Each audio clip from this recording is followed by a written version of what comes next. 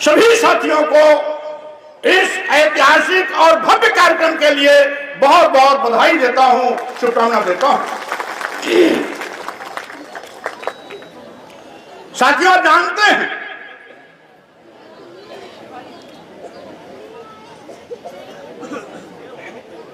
कि यहां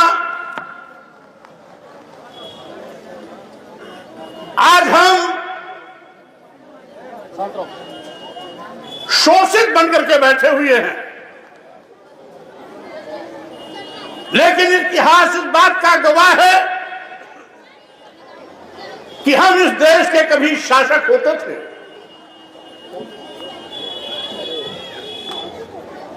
आज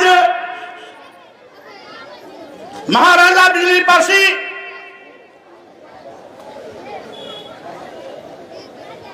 लखनऊ के बिजनौर में आज भी उनके किले का खंडहर हमारी गौरव गाथा का इतिहास बता रहा है।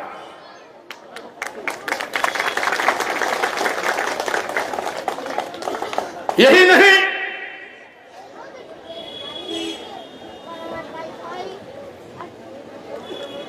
उन्नाव में महाराजा सातन पासी के किले का खंडहर हमारे शासक होने का गवाह आज भी बनकर के बोल रहा है। आज इस रायबरेली के रोहनिया में राजा माहिर पासी के किले का खंडहर इस बात का गवाह है कि हम कभी हुक्मरान हुआ करते थे। जहां लखनऊ में किंग जॉर्ज मेडिकल विश्वविद्यालय बना हुआ है, यहां पर कभी लाखन पासी का किला होता था।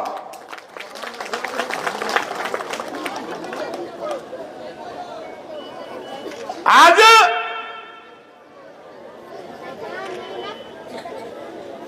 रायबरेली भी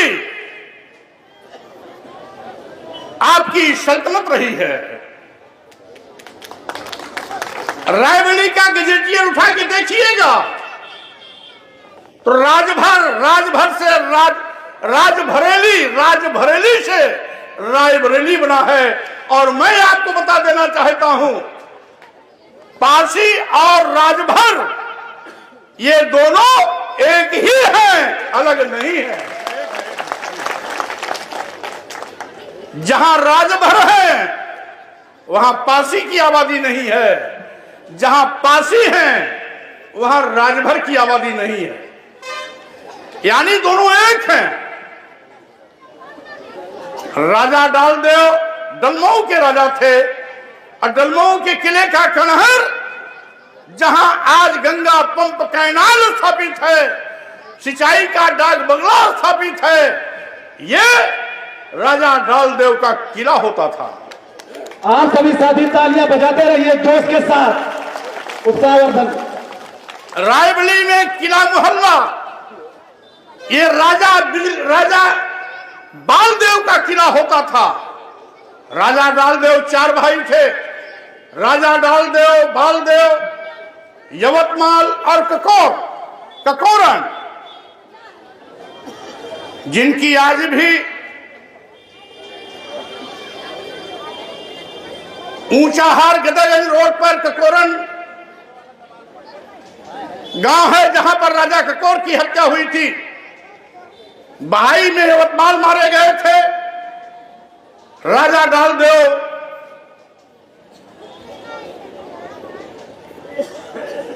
की सल्तनत होली के दिन खत्म की गई थी और उसी दिन राजा बालदेव का भी सफाया हुआ था। लेकिन ये सब किले हमारी गौरव गाथा गा रहे हैं आज भी। यही नहीं, हरदोई में राजा हरदेव पासी और भरराइच में राजा सुहेलदेव, बाराबंकी का नाम भी राजा सुहेलदेव के आधार पर पड़ा। भरों की बंकी यानी भरों का किला, जिससे भाराबंकी से बाराबंकी हुआ। यही नहीं, बरेली भी भरों की सल्तनत थी। भर से भरेली और भरेली से बरेली आज बनने का मुख्यालय है। इतिहास देंगे तो इस मध्य भारत में लंबे अरसे तक पारसी समाज का साम्राज्य रहा है। राजा बिजली पारसी राजा पृथ्वीराज चौहान के समकालीन थे, जिनकी हुकूमत 11वीं 12वीं शताब्दी में थी। इसीलिए साथियों, भारतीय संविधान निर्माता बाबा साहब डॉक्टर अम्बेडकर कहते थे, अगर किसी कौम को गुलाम बनाना हो तो उसका इतिहास मिटा देते हैं लोग। लोगों ने, कलम के चोरों ने हमारे इतिहास को मिटाने की कोशिश की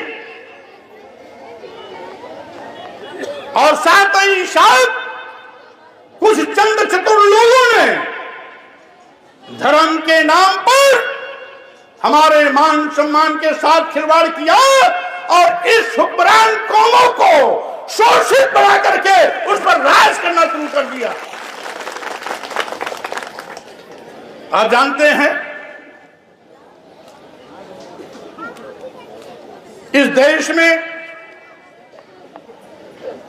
आज से लगभग 3000 साल पहले तथागत बुद्ध ने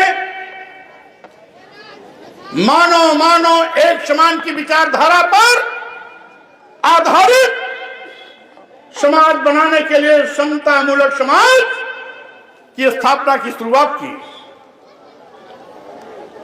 हमारे तमाम संतों, गुरुओं, महापुरुषों ने समय समय पर उस विचारधारा को आगे बढ़ाई। कभी संत रविदास, कभी संत कबीर, कभी गुरु नानक, तो आगे चलकर के सामाजिक परिवर्तन के महानायकों ने इस बीड़ा को उठाया और समतामूलक समाज बनाने का अभियान आगे बढ़ाया। सामाजिक परिवर्तन के महानायक ज्योतिबा फुले जी, शिक्षा की देवी सावित्रीबाई फुले जी, फातिमा शेख जी, छत्रपति साहू जी महाराज,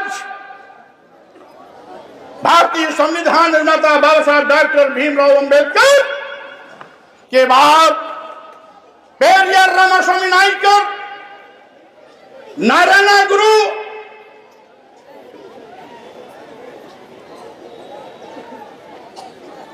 और महान संत गाडगे, जिनकी विरासत को आगे बढ़ाया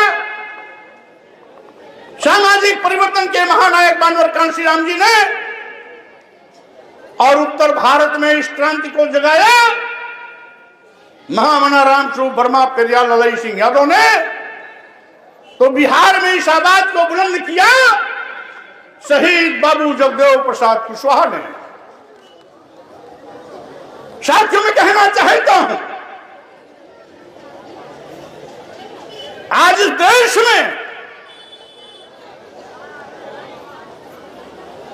आर्यता का दौर चल रहा है। हमारा भारतीय संविधान इस देश में समतामूलक समाज बनाने की व्यवस्था को सुनिश्चित करते हुए सबको एक बराबर का महत्व देने का काम किया। भारतीय संविधान की व्यवस्था की धज्जियां उड़ा रहे हैं। आज हिंदू मुसलमानों को आपस में लड़ाने की नापाक कोशिश कर रहे हैं। वो भी पिछड़ा है, वो भी आदिवासी है, क्योंकि यहां जातीय जलालत के चलते, जाति अपमान के चलते हमारे जिन आदिवासी भाइयों ने, दलित भाइयों ने, पिछड़े वर्ग के लोगों ने समय समय पर सम्मान और स्वाभिमान की जिंदगी गुजर बसर करने के लिए कभी ईसाई, कभी इस्लाम धर्म कबूल कर लिया, मुसलमान बन गए। कभी ईसाई धर्म कबूल कर लिया, ईसाई बन गए, कोई जैन बन गया, कोई सिख बन गया। क्यों? अगर धर्म के नाम पर जाति अपमान नहीं होता, इन दलितों का अपमान नहीं होता, आदिवासियों का अपमान नहीं होता, पिछड़ों का अपमान नहीं होता, तो कोई भी इस देश में दलित आदिवासी पिछड़ा ईसाई नहीं बनता, मुसलमान नहीं बनता। लेकिन मैं कहना चाहता हूं, इस देश का आपको केवल इतना समझना है कि इस देश का मुसलमान भी हमारा भाई है, इस देश का ईसाई भी हमारा भाई है। अब पूजन शूद्र गुण ज्ञान न प्रवीणा अब नहीं चलेगा। धर्म के नाम पर लूट नहीं चलेगा, धर्म के नाम पर अपमान की छूट नहीं दी जाएगी, धर्म के नाम पर गाली देने की इजाजत नहीं दी जाएगी। धर्म सबको सम्मान की बात करता है, बराबरी की बात करता है। हम सभी धर्मों का सम्मान करते हैं, लेकिन धर्म के नाम पर अगर भेदभाव है, छुआछूत है, ऊंच नीच है, ढोंग और पाखंड है, तो ऐसे धर्म को हम लात मारते हैं, ऐसे धर्म को हम कभी स्वीकार नहीं कर सकते। जिंदाबाद जिंदाबाद जिंदाबाद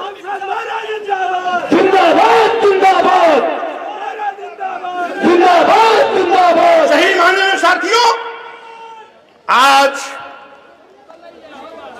जितने भी साथी पीछे हैं आप लोग आगे आ जाइए, मंच के सामने आ जाइए भाई।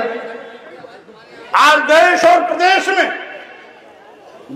प्रदेश में सत्ता में बैठे हुए लोग निकम्मे साबित हो गए हैं, सभी मुद्दों पर पूरी तरीके से फेल हो गए हैं।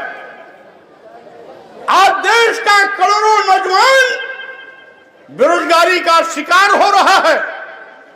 जब से ये लोग सत्ता में आए हैं, सरकारी नौकरियां मिलना बंद हो गई है, महंगाई आज आसमान पर है, किसान समस्या मुंह बाए खड़ी है। 3 साल से किसान दिल्ली के चारों ओर बॉर्डर पर धरना दे रहे हैं।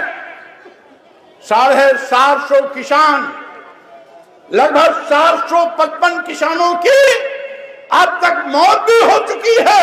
चुल्लू भर पानी में डुबकी बना देना चाहिए कि अब उत्तर प्रदेश के 18 करोड़ लोगों को गरीब बना दिया, लाचार बना दिया, मोहताज बना दिया।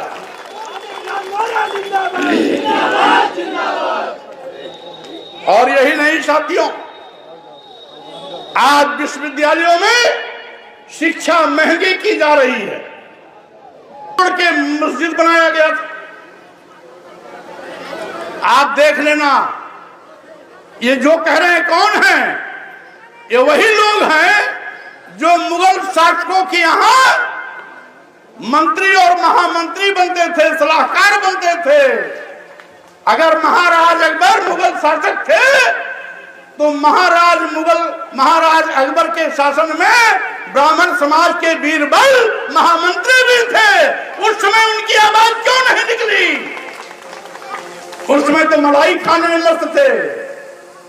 और यही नहीं, आज जितने भी बड़े यहाँ राजा महाराजा होते हैं ना, 2-4 को छोड़कर कुछ लोगों ने, कुछ राजाओं ने अंग्रेजों से लड़ाई लड़ी, लेकिन तमाम तालुकेदार, सूबेदार, जमींदार अंग्रेजों का जूता उठा उठा करके बड़ी रियासत लेकर राजा बन गए। कुछ लोगों ने लड़ाई लड़ी, जैसे राणा बेनी माधव ने। और जब राणा बेनी माधव जी की भी जान संकट में आई तो बचाया किसने? इसी पारसी समाज का नौजवान बिना पारसी ने बचाया था। ये पारसी समाज का एक ऐसा इतिहास रहा है कि हमेशा दुश्मनों के छक्के छुड़ाने का काम किए हैं।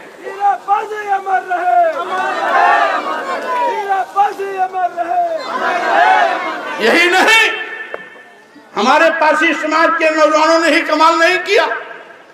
पारसी समाज की हमारी बेटियों ने भी कमाल किया।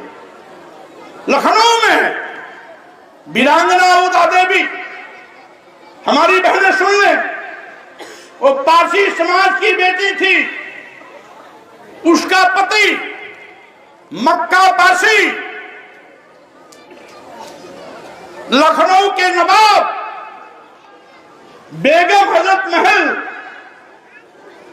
नवाब की पत्नी बेगम हजरत महल पर बेगम हजरत महल के यहां पर मक्का पासी उनकी पुलिस का सैनिक था। अंग्रेजों से लड़ते हुए मक्का पासी को गोली लगी, शहीद हो गया।